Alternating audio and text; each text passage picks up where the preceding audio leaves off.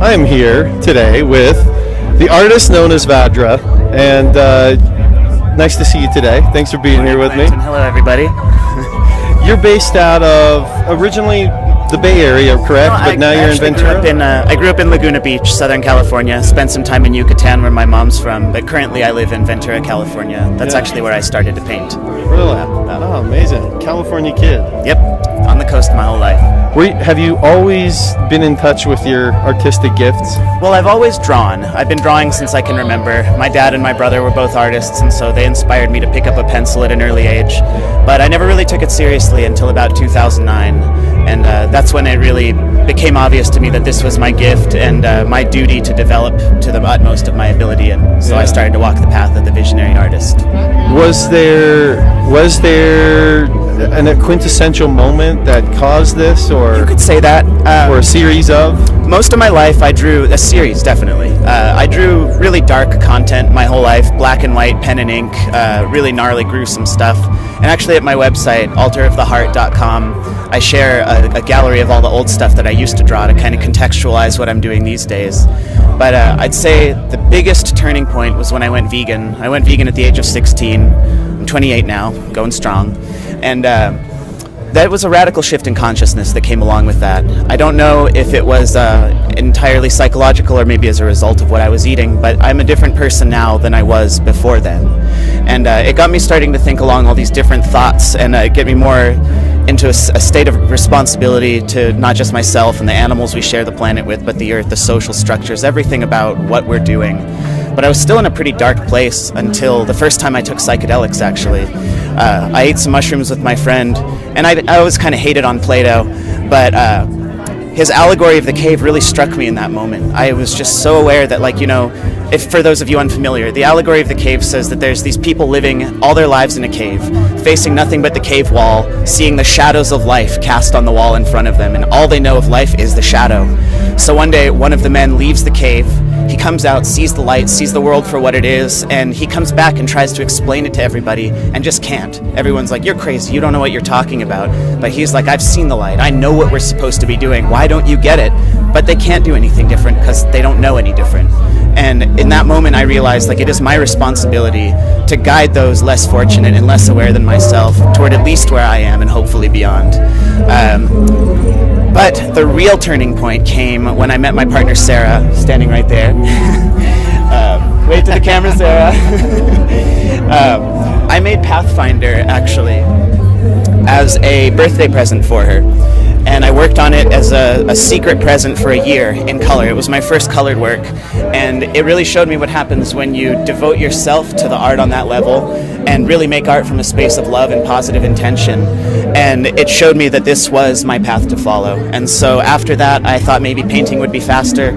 So I picked up the brush and I use it as my means to share my philosophy with the world and to share the messages and the stories that I feel are the most important in a way that I find is really pleasing to everybody. And you do just that, my friend. You do just that. In fact, I met you last year here at the Gem and Jam Festival, and I took home actually that piece right there because it's so powerful to me. You discussed how psychedelics had a role in your journey. Definitely. Of self-awareness. With this picture right here, what is the symbolism behind the mushroom on top of the snake? Well, mushrooms are fascinating. In the forest, they create this unseen mycelial web underneath the soil that kind of unites all the living parts of the forest behind the scenes. It's kind of like the invisible brain of the forest. Mm-hmm. And so not only are they a symbol of wisdom to me for what they bestow to our human brains, but they also kind of symbolize the mind and the intelligence of the natural world, kind of orchestrating everything as it moves together in a cohesive ecosystem. A healthy forest is nothing without a healthy mycelial web, and so the mushroom kind of crowns the being there, kind of as that little source of knowledge and innate wisdom. Absolutely, absolutely. Are you familiar with the work of Paul Stamets? Oh yeah, I love Paul Stamets. I've read his book, Mycelium Running. I've seen him speak a couple times. He's an amazing man, doing great work for everybody. Absolutely. Quite a few magic mushrooms himself. His first mushroom experience is one of the most there's a video on YouTube if no one's ever seen it, but it is one of the coolest experiences I've ever heard. I mean, a man who literally had a miracle happen to him when he was a young man who had a stuttering problem his whole entire life, and after his first experience with psilocybin, with setting an intention towards not stuttering anymore, never stuttered again after that. And just what a fascinating. Well, there's so many miracles. I mean, in all of our lives, and me too. Chuck me up to that also. So, as an artist, you get to see such a different part of the world. You get to go out to these festivals. You get to see. How do you still stay like in touch with? I guess more like the collective, like what's going on out there in the world, what's going on the bigger scale. I mean, is it hard for you, or do you feel like you need to separate yourself from it in order to channel what you need? No, I feel like I'm inspired by the collective, and so by engaging in it, by coming out and kind of seeing what everything is happening, and I can kind of incorporate that into what I do. It's nice to retreat though back into my little hermit's lair where I can actually get the best work that I do done. And while I'm back there painting, I listen to talks all the time on YouTube and whatnot, just constantly educating and inspiring myself. If someone came to you, I asked this question of Chris Dyer actually, and I'm going to ask it to you. If someone came to you and was feeling pessimistic about where humanity is heading, so on and so forth, I mean, is there what hope would you be able to offer them in terms of how you see where we are going as a species?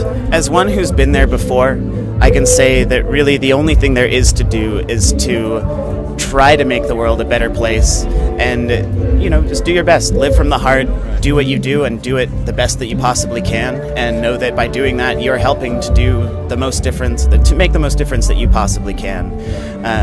I don't know if everything's going to work out. I don't know if we're going to get wiped off the face of the planet by a meteor in 30 years, or if social and environmental unrest is going to just kind of fall out from under us and leave us scrambling in the dust. But what good does it do to really focus on that?